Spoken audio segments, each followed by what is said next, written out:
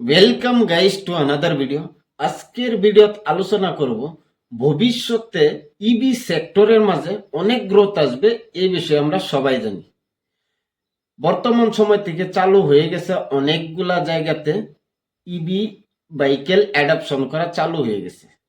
আমরা আশেপাশে দেখতে পারি যে টু হুইলার, থ্রি হুইলার অনেকগুলা গাড়ি কিন্তু ইলেকট্রিক্যাল গাড়ি চলতেছে। তো ভবিষ্যতে 2028, 29, 30 পর্যন্ত কিন্তু অনেক বদলি হয়ে যাবে। ডিজেল পেট্রোল ইঞ্জিন কিন্তু অনেক কমে যাবে আর ইলেকট্রিক্যাল ইঞ্জিন কিন্তু বেড়ে যাবে। সেই সময় যে যে কোম্পানিগুলা এই ইবির মাঝে কাজ করতেছে সবারই কিন্তু বেনিফিট হবে। এক্সাম্পল হিসাবে টাটা মোটরসে কার বানাচ্ছে, ওলা ইলেকট্রিক্যাল টু হুইলার বানাচ্ছে, তারপর বাজাজ অটো থ্রি হুইলার বানাচ্ছে ইলেকট্রিক্যাল, তারপর টিভিএস মোটরে টু হুইলার বানাচ্ছে। তো এই ধরনের অনেকগুলা কোম্পানি কিন্তু অনেকগুলা প্রোডাক্ট বানাইতেছে, two wheeler, three wheeler, four wheeler. তো এই সবগুলা কোম্পানি যে যে প্রোডাক্ট গুলা বানাইতেছে বা গাড়ি বাহন বানাইতেছে, এই সবগুলাতে কিন্তু ভবিষ্যতে ব্যাটারি প্রয়োজন হবে। আর বর্তমান সময় হচ্ছে, তো এই ব্যাটারি গুলা কোন কোম্পানি বানাচ্ছে? ভারতের মাঝে দুইটা ভালো লিডার আছে ব্যাটারি কোম্পানির মাঝে। তো যদি ব্যাটারির ভবিষ্যৎটা আমরা দেখি, তাহলে হাতের ওয়াচ থেকে শুরু করে ট্রেনের মাঝে অনেকগুলা জায়গাতে ছোট ছোট ব্যাটারির প্রয়োজন হয়। তারপর আমরা যদি দেখি হাওয়াই জাহাজে, সেই জায়গাতেও কিন্তু অনেকগুলা জায়গাতে ছোট ছোট ব্যাটারির প্রয়োজন হয়। রোবট থেকে শুরু করে ছোট্ট মানুষের খেলনা থেকে শুরু করে অনেক জায়গাতে ব্যাটারির প্রয়োজন হয়। বা হসপিটালে গিয়ে দেখবেন ডক্টর প্রেসার মেশিন আছে, যেটা নাকি প্রেসার জোগাড়, তো সেই জায়গাতে কিন্তু ব্যাটারির প্রয়োজন হয়। তো আরো অনেক ক্ষেত্রতে ব্যাটারির প্রয়োজন হয়। তো এই ব্যাটারি সেক্টরের মাঝে যদি আমরা লিডার দেখি, দুইটা ব্যাটারির কোম্পানি আছে। নাম্বার ওয়ানে আছে এক্সাইট, নাম্বার টুতে আছে আমারা রাজা ব্যাটারি। তো এই দুইটা কোম্পানি অনেক মানুষের পোর্টফোলিওতে আছে আমার বিশ্বাস। কিন্তু আবার অনেকজনই কনফিউজ যে এই দুইটা কোম্পানির থেকে ভালো কোম্পানি কোনটা হয়। তো সেই বিষয়ে আলোচনা করব আজকের ভিডিওটা। অমর রাজা ভালো নাকি এক্সাইট কোম্পানিটা ভালো, এই বিষয়ে সুন্দরভাবে একটা আর্টিকেল লিখেছে ট্রেড ব্রেঞ্চ। এই জায়গায় দেখুন, আর্টিকেলের মাধ্যমে যদি আমরা দেখি যে ভারতের মাঝে ব্যাটারির মাঝে সবের থেকে লিডার হলো এক্সাইট, তারপর অমর রাজা। তো যদি এই এক্সাইটের মার্কেট শেয়ার দেখি ভারতীয় মার্কেটে, তার কন্ট্রোল কতটুকু আছে? 50% শেয়ার আছে ভারতীয় মার্কেটও এই এক্সাইটের, আর 35% আছে আমার রাজার। তারপর যদি আমরা দেখি এই এক্সাইটের রিটার্নটা দেখি, গত 5 বছরের মাঝে এক্সাইটের শেয়ার প্রাইসটা 97% বেড়েছে, আর অমর রাজার বেড়েছে অনলি 38%। তো যদি আমরা শেয়ার প্রাইসটা দেখি, তাহলে এক্সাইটের কিন্তু 97% বেড়েছে গত 5 বছরের মাঝে, অমর রাজার 38%। তারপর এই জায়গা যদি আমরা দেখি, এক্সাইট কোম্পানিটার মার্কেট ক্যাপ হলো 33,001 crore মার্কেট ক্যাপ। আর যদি আমরা অমর রাজার মার্কেট ক্যাপটা দেখি, 19,573 crore। তো অমর রাজার থেকে অনেক বড় কোম্পানি হয় এক্সাইট। যদি আমরা কিছু ফাইন্যান্সিয়াল রেশিও দেখি, তাহলে দেখা যায় যে এক্সাইট কোম্পানিটা একটা ডেট ফ্রি কোম্পানি হয়। তো এই কোম্পানির রেভিনিউ যদি দেখি এক বছরের year on year 4,267 crore, increase 3.9% year on year. যদি প্যাট দেখি, প্রফিট আফটার ট্যাক্স, তাহলে 298 crore, 3.8% জাম্প মেরেছে, ইনক্রিজ হয়েছে ইয়ার অন ইয়ার। আর আরেকদিকে যদি অমর রাজার দেখি, তাহলে কিছু একটা ডেপ্ট আছে এই কোম্পানির, বোরোইং আছে। আর রেভিনিউটা দেখলে 3,251 crore, increase of 9.8% year on year. But profit after tax কিন্তু ডিক্লাইন হয়ে গেছে, 236 crore, a drop of 1.2% year on year. তো তো যদি আমরা এক্সাইটের ক্ষেত্রে দেখি তাহলে দেখুন প্রফিট এই জায়গায় দেখাচ্ছে 298 করোড় হয়েছে, রাইজ হয়েছে 3.8% ইয়ার অন ইয়ার। আর এই জায়গায় 236 অমর রাজার ড্রপ হয়েছে 1.2% ইয়ার অন ইয়ার।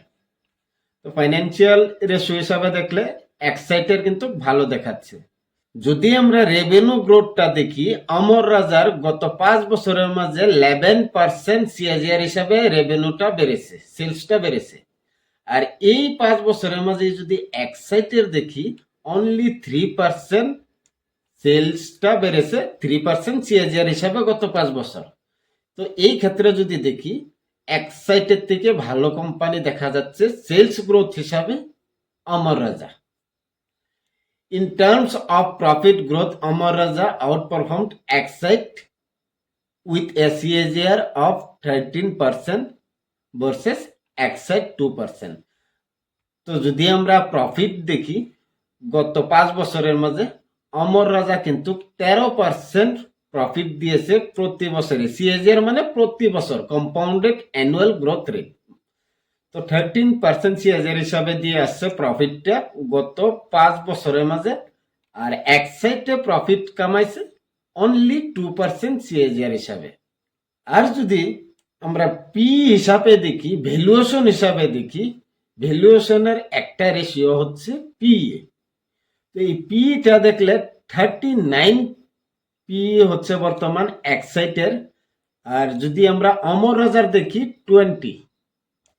আর যদি ওভারঅল আমরা ইন্ডাস্ট্রি পি দেখি তাহলে 30। তো যদি অমর রাজার পি দেখি তাহলে ইন্ডাস্ট্রি পি থেকে নিচে আছে। আর যদি এক্সাইটের পি দেখি 39, ইন্ডাস্ট্রি পি থেকে উপরে আছে। তো ভ্যালুয়েশনের ক্ষেত্রে দেখলে বর্তমান সময় অমর রাজা কিন্তু আন্ডার ভ্যালুড আছে পি ফর্মুলা মতে। তারপর যদি আমরা ক্যাপেক্স দেখি ফিউচারের, কারণ একটা কোম্পানির জন্য অনেকই ইম্পর্টেন্ট ফিউচার ক্যাপেক্স আর ফিউচার বিজনেস ফর্মুলা।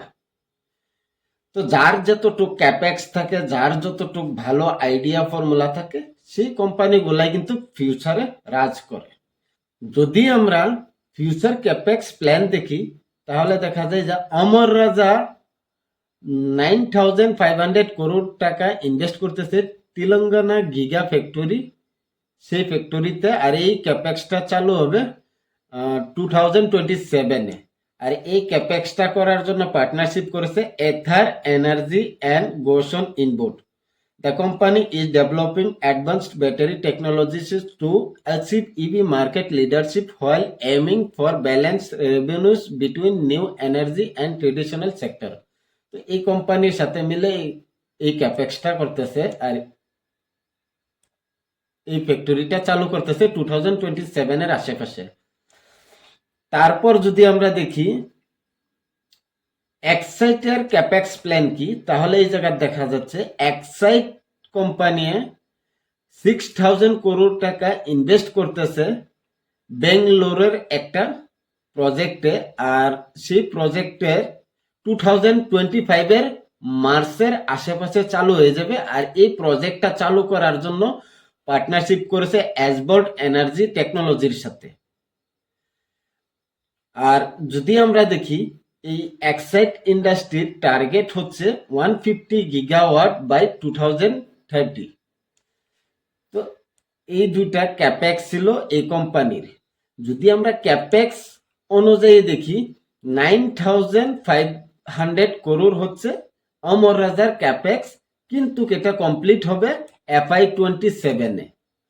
আরেকদিকে যদি আমরা দেখি এক্সাইটের ক্যাপেক্স হচ্ছে 6,000 করোড় আর এটা চালু হবে মার্চ 2025-এ।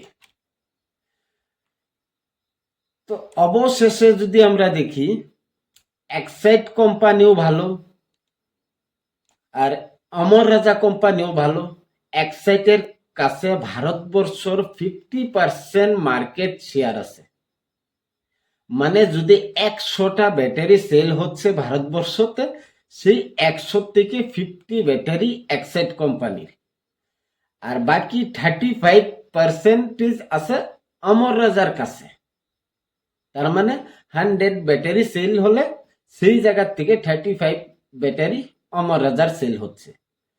তো এই মার্কেট শেয়ার অনুযায়ী আর মার্কেট ক্যাপ অনুযায়ী সব জায়গাতে যদি আমরা নজর দিই, তাহলে লিডার হচ্ছে এক্সাইট, তারপর অমর রাজা।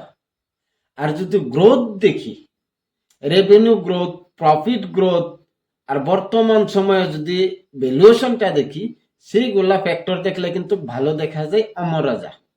কারণ রেভিনিউ গ্রোথ তো ভালো হিসাবে বাড়তেছে, গত 5 বছরের মাঝে 11% সিএজিআর হিসাবে গ্রোথ হয়েছে রেভিনিউতে অমর রাজার। আর যদি আমরা এক্সাইটের দেখি, তাহলে 3%-এর আশেপাশে গ্রোথ হয়েছে গত 5 বছরের মাঝে। আর যদি বিজনেস অ্যানালিসিস করি, বিজনেসের মাধ্যমে দেখি, তাহলে দুটা কোম্পানির প্রোডাক্টও ভালো, সেলস ভালো, সব কিছু ভালো। এই জন্যই তো এই দুইটা কোম্পানি ব্যাটারি সেক্টরের মাঝে লিডার। তো এখন আলোচনা হচ্ছে, এই জায়গায় কোনো রিকমেন্ডেশন দেওয়া হয় নাই। এই ভিডিওটা ছিল শুধুমাত্র শিক্ষার বাবদ, এডুকেশনাল পারপোসের জন্য। যদি আপনি এই দুইটা কোম্পানিতে ইনভেস্ট করতে চান, তাহলে আপনার ফাইন্যান্সিয়াল প্ল্যানারের সাথে আলোচনা করে তারপর ইনভেস্ট করবেন। আরেকটা কথা মনে রাখবেন এই জায়গায়, যদি এগুলা কোম্পানিতে ইনভেস্ট করেন, তাহলে দেখুন লং টার্মের প্ল্যানিং থাকতে লাগবে। শর্ট টার্মের জন্য ইনভেস্ট করলে কিন্তু অনেক ভলিটিলিটি আসতে পারে আপনার পোর্টফোলিওর উপরে। এই জন্যে যদি লং টার্মের প্ল্যানিং আছে, তাহলে ইনভেস্ট করবেন। এই জায়গায় যদি চার্ট দেখি, এক্সাইট কোম্পানির 3 বছরের চার্ট নিয়েছি, 137 রুপিস ছিল 2022-এর জুন মাসে।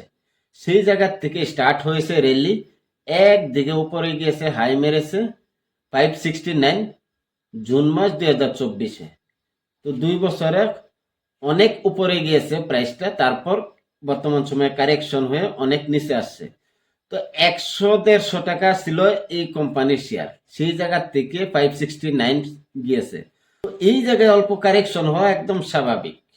এখন আলোচনা হচ্ছে সাপোর্ট কোন জায়গায় আছে। তো যদি আমি সাপোর্ট দেখি, তাহলে এই জায়গায় সাপোর্ট আছে 340-র আশেপাশে সাপোর্ট আছে। তারপর যদি আরেকটা সাপোর্ট দেখি 300, তো এর আশেপাশে সাপোর্ট আছে। তো এই সাপোর্ট লেভেলের আশেপাশে যদি আপনি এন্ট্রি নিতে চান, নিতে পারেন লম্বা সময়ের জন্য। শর্ট টাইমে এগুলা কোম্পানিতে কিন্তু 10, 20, 30, 40% রিটার্ন আসা অনেকই কঠিন। আর যদি লং টার্মের প্ল্যানিং থাকে, তাহলে এর থেকে আরো ভালো রিটার্ন দিতে পারে লং টার্মের মধ্যে। যদি আমরা একবার অমর রাজার চার্টটা দেখি, তাহলে এই জায়গা 3 ইয়ারের প্রাইসটা আমি সিলেক্ট করে নিয়েছি, 3 ইয়ারের চার্ট। তো দেখুন এই কোম্পানির শেয়ার 2022-এর জুন মাসে অনলি 461 রুপিস ছিল। সেই জায়গা থেকে র্যালি স্টার্ট হয়েছে এক্সাইটের মতন। এক্সাইটও 2022-এর দিকে 150-র নিচে ছিল প্রাইস, শেয়ার প্রাইস। তারপরে একটা র্যালি এসেছে এক্সাইট কোম্পানিতে, সেম এই জায়গা তো অমর রাজার কোম্পানিতেও একটা র্যালি এসেছে, আর সেই র্যালিটা 1694 হাই মেরেছিল। আর সেই জায়গার থেকে মার্কেট কারেক্ট হওয়া স্টার্ট হয়েছে, বর্তমান সময় লেখেও একদম নিচে আসতেছে। তো আরো নিচে আসতে পারে। যদি আমরা এই কোম্পানির সাপোর্টটা দেখি, তাহলে এই জায়গার সাপোর্ট দেখা যাচ্ছে একদম অনেক নিচে আছে, সাপোর্ট 890-তে আছে। যদি আমরা একটা সাপোর্ট এই জায়গাতে ধরে নিই 1000 একটা সাইকোলজি সাপোর্ট হতে পারে, যে 1000 একটা সাইকোলজি সাপোর্ট মেনে নেওয়া যায়। তো এর আশেপাশে এন্ট্রি করতে পারেন। তো এই কোম্পানি গুলাতে যদি ইনভেস্ট করতে চান, তো এরকম কারেকশন মার্কেটে অল্প অল্প অল্প অল্প করে অ্যাড করতে পারেন পোর্টফোলিওতে লং টার্মের জন্য। 1, 2, 3, 6 মাসে কিন্তু ভালো রিটার্ন দিবে না, কিন্তু 1, 2, 3, 4, 6 বছরে কিন্তু অনেক রিটার্ন দিবে এগুলা কোম্পানি। কারণ ইভি সেক্টরের মধ্যে যতগুলা ভেহিকেল কোম্পানি আছে, কার আছে, আর সেইগুলা থেকে শুরু করে যতগুলা রোবট কোম্পানি আছে, রোবট বানাচ্ছে, তার সাথে সাথে এরোপ্লেনে অনেকগুলা জায়গাতে, ট্রেনে অনেকগুলা জায়গাতে, ছোট্ট মানুষের খেলনাতে, ড্রোনে, সবগুলা ক্ষেত্রেই ব্যাটারির ব্যবহার হয়। আর এই ব্যাটারিগুলার বানাইকে এক্সাইট আর অমর রাজা লিডার সেই ব্যাটারির মাঝে ভারতবর্ষতে। এই জন্যেই যদি ভবিষ্যতে ইবি সেক্টরের গ্রোথ আসে, তাহলে এগুলা কোম্পানি নাম্বার 1-এ থাকবে ইবি সেক্টরের মাঝে। তো যদি সেই পরিমাণ টাইম আছে আপনার হাতে, 2030 পর্যন্ত যদি আপনার ইনভেস্টমেন্টটা থাকতে পারে এগুলা শেয়ারে, তাহলে করতে পারেন। ধন্যবাদ।